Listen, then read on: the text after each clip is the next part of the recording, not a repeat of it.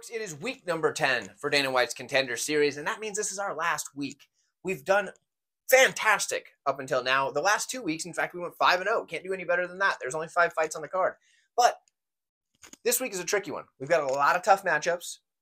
This one not being any different. It's going to be tough as well. But we're going to do our best. We're going to close out this season with the best effort that we can put forward, and if we can get 5-0, well, that'd be a dream come true. But unfortunately, this is the last week, so you won't be seeing these Contender Series breakdowns until next season. But guess what? Stick around the channel. You're going to see plenty of other content, plenty of other breakdowns for different cards. It's going to be a good time, but this is the last Contender Series for the season, so what do? Let's break this one down at featherweight. Yadier Del Valle takes on Antônio Monteiro. Now, for both of these fellas, they're 5-0 in their last 5 fights, but when you look at their overall experience, Del Valle, 7-0 in the career, pretty good, pretty impressive, but he's going up against a guy with much more experience in Antônio Monteiro. Now, 17-4-1 is a pretty darn good record. You look at that, though, and yes, it is a little padded at times. There's some lower quality wins on there against some, competition, but he has some gosh darn good wins as well. So you can't really hold that against him. I don't think it's really a situation where he was trying to pad his record. I think he was just fighting whoever they put in front of him, and that's how he got to 17-4-1. So realistically, though, good opponents. There are some in there, but all 17 of those wins are not over top-tier guys.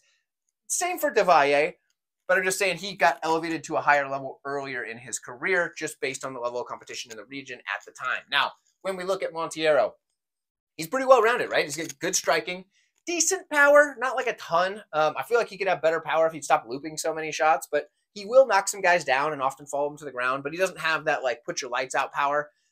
Usually you don't see that when people are just swinging these big wild loops, which he will get stuck into doing. He does have a nice jab that he'll use, and that's nice and straight and clean, but then he'll also get a little excited when he's, crashing the pocket and start looping stuff. It happens.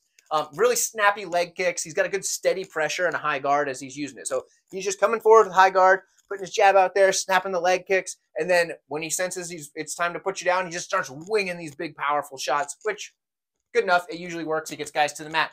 Now, he can use his takedowns to get you there, or he can drop you with one of those shots. He has really good timing on those takedown entries because he'll do it as he's crashing in and then just, boom, shoot right under. Does a good job there. He's got pretty good top control. It's not like top tier, but it's pretty good. He's been able to hold guys down, land some ground and pound there, and his ground and pound is definitely his first option. Yes, he'll attack submissions, but he wants to ground and pound first. The submissions are clearly an afterthought, and he'll go for them if you give him those and you're not just going out to the ground and pound. He transitions well between positions.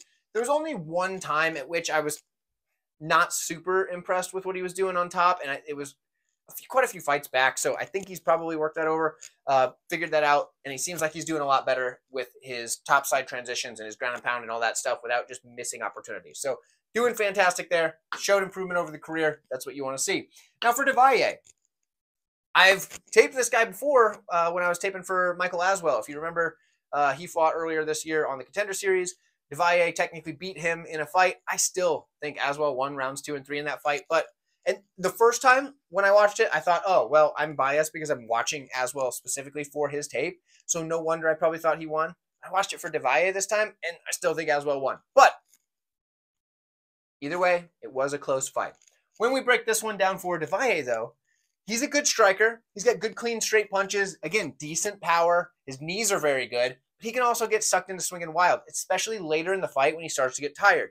He'll just kind of swing these big power shots. It's not like it's not wild in the sense that he's flailing, but he'll just throw these big heavy power shots that he kind of overcommits to because he's a little bit tired and he's hoping to get the guy out of there with one shot so he doesn't have to keep putting together combinations because he's exhausted. I get it. It happens. You don't see that a ton because typically he's able to, dominate a fight. But when he fights higher level competition, sometimes they can make him work, such as the Aswell fight. Now, when we look at his grappling, this is where he excels. He is a better grappler than he is a striker. He still can strike, but he's a good grappler. Solid grappler, really. He attacks submissions. He does way too many guillotines. I don't like that, but he has successfully choked somebody out with a guillotine. And when you're 7-0, okay, 1 in 7 wins is by guillotine. I'm not going to hate it, but I still don't think guillotines are the best move. He tend to do a good job of jumping on the guillotine, realizing if he doesn't have it, and then evacuating before he ends up in a bad spot. So it's not really a negative, but it does worry me. Good scrambles. He's super, super active off of his back. and he will use ground and pound to set up his submission attempts. I do think he's the better grappler here. I think Del Valle, even if he ends up on his back, is going to be able to get something done from his back. But if this ends up being a striking match, this is a situation where Monteiro is pretty live to get this one done. I'm going to side with Del Valle. I'm going to because I think he's fought a little bit better level competition as of late. I think he's got a bit better grappling skill, and I think he's going to be competitive on the feet. I think on the feet it's a close fight.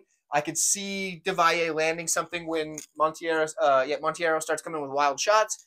I could see Monteiro piecing up Del Valle when Del Valle gets tired and starts swinging wild. But I think Del Valle is going to be able to use his grappling. I think he's going to be able to get it done with that. Super low confidence pick, so bear with me. Like this video. And drop down in the comments, put your prediction for this one. And then when you're done with that, go ahead and check out the rest of the videos in this playlist. I will see you guys there.